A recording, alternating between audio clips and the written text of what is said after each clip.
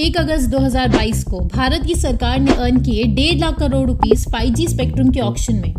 और ये 1.5 लाख करोड़ रुपीस आए हैं इन 4 टेलीकॉम कंपनी से, रिलायंस जियो, भारती एयरटेल, वी और अडानी ग्रुप। और अकेले अंबानी से आए 88,000 करोड़ रुपीस। तो जब सरकार से पूछा गया कि जब international agency for research on cancer, जो WHO की ही ऑर्गेनाइजेशन है, वो खुद बोल चुकी है कि नॉन आयनाइजिंग रेडिएशंस, जिसमें 5G भी इंक्लूडेड है, उससे भीषण साइड इफेक्ट्स होते हैं ह्यूमंस पर, और कंक्लूड कर चुकी है कि non ionising radiations have positive association with glioma and acoustic neuroma. Glioma यानी स्पाइनल कॉर्ड का कैंसर। ये सब पिछली वीडियो की प्रेजेंटेशन में इन डेप्थ हमने देखा था। तो अब जब सरकार से पूछा गया कि पूरी दुनिया में तो 5G के ऊपर हंगामा मच चुका है, 200 साइंटिस्ट यूनाइटेड नेशंस को लेटर लिख चुके हैं कि 5G को रोको, खुद एम्स कह चुका है, दुनिया के जितने भी बड़े इंस्टीट्यूशंस और साइंटिस्ट हैं, हर कोई ये रिसर्च पेपर में कंक्लूड कर चुका है कि 5G के बहुत ज्यादा साइड इफेक्ट्स हैं। फिर भी सरकार किस बेसिस पे 5G ला रही है मार्केट में? कोई तो विज्ञान होगा आपका, या 1.5 लाख करोड़ की वजह से टेलीकॉम कंपनी सी नई सरकार बन चुकी है? तो सरकार ने एक छोटा सा जवाब दिया कि 5G roll out won't be a health hazard. कुछ लोग इतने में ही निपट गए और खुश होकर घर चले गए कि चलो सरकार ने बोला है तो सेफ ही होगा 5G, निपट गया काम, बाकी सब तो अफवाह है। लेकिन आपके जैसे कुछ जागरूक लोगों ने पूछा सरकार से कि आपको कैसे पता कि 5G इज सेफ, सबूत तो दिखाओ कि 5G सेफ है। तो सरकार का जवाब आया कि हमारा डिपार्टमेंट ऑफ टेलीकॉम ICNIRP की गाइडलाइंस फॉलो करता है 2008 से, और यही गाइडलाइंस WHO भी रिकमेंड करता है। तो बस हो गया ना विश्वास कि 5G इज सेफ। कुछ और लोग यहीं निपट गए और खुशी खुशी घर चले गए कि चलो सेफ है 5G। सब फेक न्यूज़ फैला रहे हैं। लेकिन आपके जैसे कुछ गहराई से सोचने वाले लोगों ने फिर से पूछा सरकार से कि ICNIRP कैसे डिसाइड करता है क्या है सेफ लिमिट्स, कोई तो टेस्टिंग हुई होगी। तो सरकार ने बोला हमें क्या पता, हम कोई रिसर्चर थोड़ी है, हम तो बस गाइडलाइंस फॉलो करते हैं। तो अब यही सवाल ICNIRP से पूछा गया कि इन 5G रेडिएशंस की सेफ लिमिट्स कैसे डिसाइड की जाती है, कोई तो एविडेंस दो हमें कि 5G इज सेफ। तो ICNIRP का जवाब आया कि हम तो USA की जो फेडरल कम्युनिकेशन कमीशन FCC जो SAR वैल्यूज कैलकुलेट करके देती है वो रिकमेंड कर देते हैं। अब कुछ लोग जो सच में जानकारी चाहते हैं, सिर्फ न्यूज़पेपर की हेडलाइंस नहीं, तो वो लोग हमारे साथ FCC के पास गए पूछने कि भाई सबूत तो दिखाओ कि 5G सेफ है, कोई सबूत? तो FCC ने बताया कि हम SAR वैल्यूज कैलकुलेट करते हैं, यानी स्पेसिफिक एब्जॉर्प्शन रेट, और ये वैल्यूज मोबाइल कंपनीज को फॉलो करनी होती है सेफ्टी के लिए। अगर ये SAR वैल्यू किसी मोबाइल की 1.6 वॉट पर kg से ज़्यादा है तो हम उस मोबाइल को बैन कर देते हैं, क्योंकि वो तो खतरनाक हो जाएगा।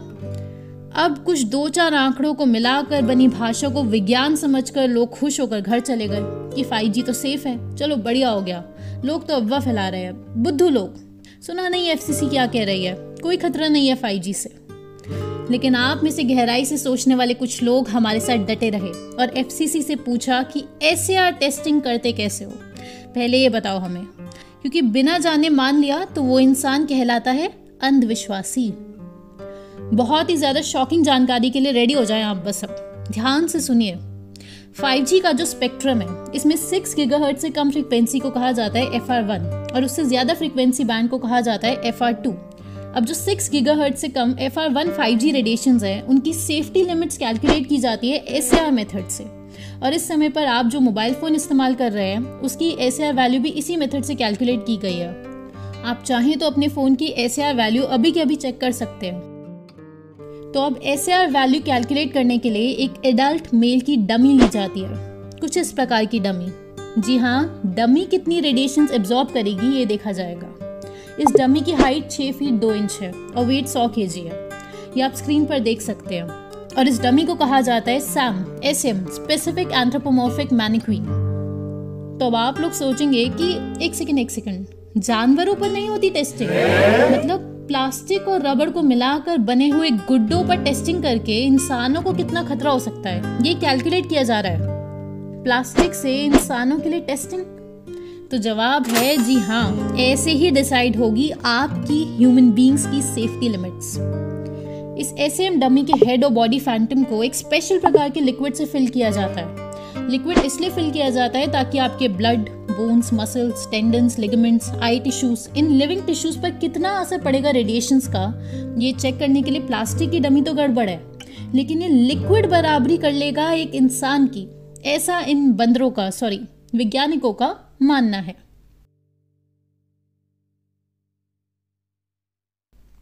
ये लिक्विड देखिए आप ध्यान से, इसको डमी के अंदर भरकर डमी के सर पर मोबाइल फोन चिपका कर देखा जाता है कि ये लिक्विड कितनी रेडिएशंस एब्जॉर्ब कर रहा है। ठीक, तो शायद भगवान ने आपके शरीर को इसी लिक्विड से बनाया है। तो गणित समझ गए ना, ये है इनका विज्ञान। अब ये कौन सा जादुई लिक्विड है जो इस डमी में फिल करते ही ये डमी इंसानों की तरह रेडिएशंस एब्जॉर्ब करना शुरू कर देगी? इसमें लिखी है 3 चीजें। पहला है डीआयोनाइज्ड वाटर, दूसरा है सॉल्ट और तीसरा है ट्वीन।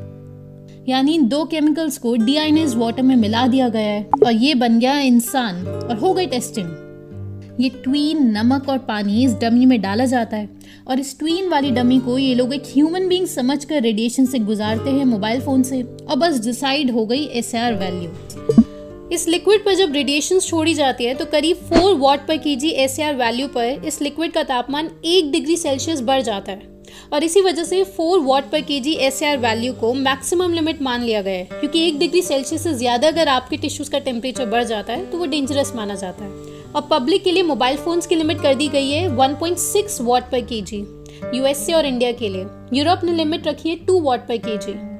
दूसरी चीज आप ये भी समझे कि WHO के हिसाब से, ध्यान से सुनिएगा, WHO के हिसाब से मोबाइल फोन्स 1000 टाइम्स ज्यादा रेडिएशंस एमिट करते हैं बेस स्टेशंस के मुकाबले। इसलिए मोबाइल फोन्स की ही रेडिएशंस नापी जाती है, बेस स्टेशंस की नहीं। अब हजारों इश्यूज में से सबसे बड़ा इशू जो एक्सपर्ट्स और साइंटिस्ट FCC को बार बार लेटर लिखकर समझा रहे हैं वो ये है कि ये जो ट्वीन लिक्विड इस डमी में फिल किया गया है वो बिल्कुल भी ह्यूमंस को रिप्रेजेंट नहीं करता है। ह्यूमन बॉडी में बहुत अलग अलग प्रकार के टिश्यूज होते हैं, आईज में, बोन्स में, मसल्स में, और इन सब की अलग अलग इलेक्ट्रिकल प्रॉपर्टीज होती हैं। तो जो SAM मॉडल का होमोजीनियस लिक्विड है वो रेडिएशंस को एक यूनिफॉर्म मैनर में ही एब्जॉर्ब करता है, लेकिन ह्यूमन टिश्यूज की थिकनेस वेरी करती है, तो रेडिएशंस की एब्जॉर्प्शन भी वेरी करेगी हर टिश्यू के लिए। ये स्तर हो चुका है दुनिया की सरकारों का। इनफैक्ट ये जो आप रिसर्च देख रहे हैं इसमें ये सामने आया कि रियल मैमल ब्रेन्स, जिसमें ह्यूमंस भी इंक्लूडेड है, वो सेलफोन रेडिएशंस को जब एब्जॉर्ब करते हैं तो टिश्यूज में हॉटस्पॉट्स डेवलप हो जाते हैं। दूसरा इशू कि अगर किसी की ईयर पियर्सिंग्स है, किसी के मेटल इम्प्लांट्स लगे हुए बॉडी में, स्टेंट्स है, आई ग्लासेस पहने हुए, पेस मेकर लगा हुआ है, मेटल वॉल्स, इन सब का क्या इम्पैक्ट पड़ेगा ह्यूमन बॉडी की रेडिएशन एब्जॉर्प्शन पर, ये SAR कैलकुलेशन मेथड में टोटली इग्नोर किया गया है। तीसरा भीषण इशू, इस डमी का जो हाइट एंड वेट है, 97% पॉपुलेशन दुनिया की इससे छोटी है, इससे स्मॉल है। यानी कि ये डमी खुद केवल 3% सेलफोन यूजर्स को ही रिप्रेजेंट करती है। और आप सब समझ सकते हैं कि जितना ज्यादा स्ट्रक्चर होगा इंसान का उतना कम उसका SAR होगा, यानी कि एक स्पेसिफिक वॉल्यूम के लिए उतना कम वो रेडिएशंस एब्जॉर्ब की जाएगी। उदाहरण के लिए आप ये बेहद ही इंपॉर्टेंट रिसर्च पेपर देखिए जो 2014 में पब्लिश किया गया। इसका नाम है exposure limits, the under estimation of absorbed cellphone radiation specially in children. इस रिसर्च में कंक्लूजन आया कि एडल्ट्स के मुकाबले एक चाइल्ड का हेड 200% ज्यादा रेडिएशन एब्जॉर्ब करता है और उस बच्चे के स्कल का जो बोन मैरो है वो ऑलमोस्ट 10 टाइम्स ज्यादा रेडिएशन एब्जॉर्ब करता है इन कंपैरिजन टू एडल्ट्स। और ये वाली रिसर्च WHO खुद ही अपने हर पेपर में मेंशन तो करती है लेकिन भूल जाती है बाद में अचानक। और एक और रिजल्ट आया इस रिसर्च में, काफी दुख की बात है कि एक 10 साल का बच्चा 153% ज्यादा रेडिएशन एब्जॉर्ब कर लेता है अपने शरीर में in comparison to this SAM model. आप समझ रहे हैं ना, 153% ज्यादा रेडिएशन इस डमी के मुकाबले एक 10 साल का बच्चा एब्जॉर्ब कर लेता है। चौथा बहुत बड़ा इशू SAR टेस्टिंग मेथड का, कि ये जो SAM डमी पर जो SAR मेजरमेंट्स की जाती है उसको एवरेज कर दिया जाता है। उदाहरण के लिए जो टिश्यूज फोन के एंटेना के सबसे क्लोज होते हैं वहां पर सबसे ज्यादा रेडिएशन एब्जॉर्ब होती है, लेकिन ये डमी का एवरेज निकाल देते हैं और उस हाईएस्ट SAR पीक को इग्नोर कर दिया जाता है, यानी एवरेज निकाला गया है तो खतरा भी असली में जितना है उससे बहुत ही कम दिखता है। लिस्ट तो बेवकूफियों की बहुत लंबी है, जैसे लॉन्ग टर्म एक्सपोजर से क्या होगा किसी को पता ही नहीं है। दूसरा कि एक इंसान के आसपास 10 डिवाइसेस होगी तो उसका क्या होगा। पता ही नहीं है। तीसरा, SAR में सिर्फ थर्मल इफेक्ट्स देख रहे हैं। हाँ जी, सिर्फ ये देखा जा रहा है कि ये डिवाइस शरीर को कितना गर्म कर रही है और नॉन थर्मल इफेक्ट्स का कुछ पता ही नहीं है। कैंसर नॉन थर्मल इफेक्ट होता है। चौथा, 6 गीगाहर्ट्ज से ज्यादा की फ्रिक्वेंसी यानी FR2 पर क्या होगा? एनीकॉइक चेंबर का नाम दे देते हैं, लेकिन टेस्टिंग का मेथड वही रह जाता है। पांचवा, आधे से ज्यादा इशू जैसे reproductive health, genetic issues, brain cell membrane, इन पर क्या असर होगा तो पता ही नहीं है। समझ रहे हैं ना आप? इश्यूज इतने सारे हैं कि YouTube वीडियोस बनाकर कितना ही बता दिया जाए। 10,000 पन्नों के पेपर्स हैं। टेलीकॉम इंडस्ट्री जानती है कि कोई पढ़ेगा ही नहीं, तो बस हो गया सेफ। आप खुद समझ पा रहे होंगे कि एक रबर प्लास्टिक को मिलाकर एक गुड्डे के अंदर सॉल्ट, पानी और ट्वीन का घोल भर दिया और उस पर टेस्टिंग हो रही है कि इंसान को कितना नुकसान होगा रेडिएशन से, क्या होगी safety limits, SAR values. Scientist ने लेटर लिखे बहुत ही ज्यादा, लेकिन कोई जवाब नहीं आता। कोर्ट में केसेस किए जा चुके बहुत ही ज्यादा, लेकिन कोई नतीजा नहीं आता। और वैसे कोई दिक्कत नहीं है ज्यादा। आप ये वीडियोस देखकर ज्यादा घबरा तो नहीं जाते ना? मस्त है ना सब? ज्यादा डरा मत करो। ऊपर वाले की इच्छा के बिना कोई आता नहीं है और कोई जाता नहीं है। लेकिन अब आप और हम चलते हैं इन सबके सोल्यूशन की तरफ। ध्यान से समझिएगा solution.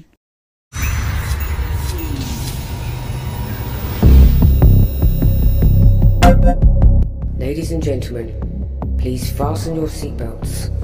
We are expecting some turbulence. Thank you. अब आप इन सब का सोल्यूशन समझो।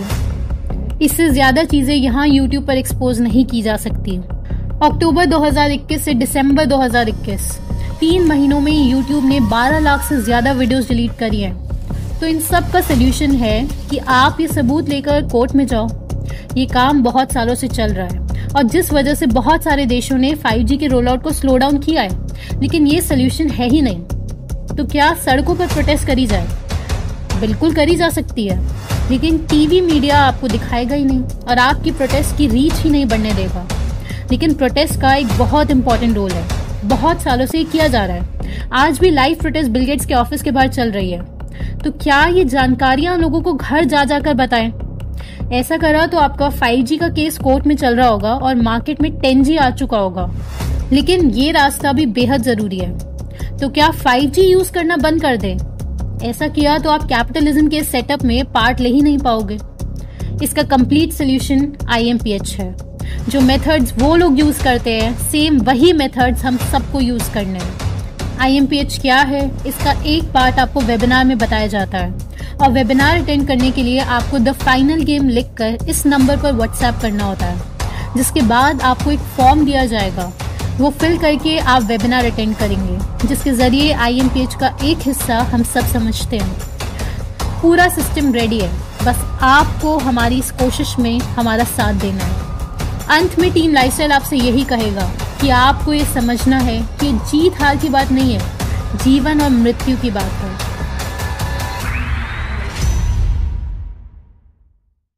दोस्तों, आपको ये प्रेजेंटेशन पसंद आई और आप ऐसी और वीडियोस देखना चाहते हैं तो आप डिस्क्रिप्शन में दिए गए सपोर्ट लिंक पर जाकर हमें सपोर्ट कर सकते हैं। इन वीडियोस को आप ज़्यादा से ज़्यादा लोगों को भेजें ताकि ज़्यादा से ज़्यादा लोग जग सकें। और आप फैक्ट चेकर्स और मीडिया की एग्जैक्ट फंडिंग और कंट्रोल जानना चाहते हैं तो आप यहाँ पर क्लिक कर लीजिए। बेहद ही ज़रूरी वीडियो है।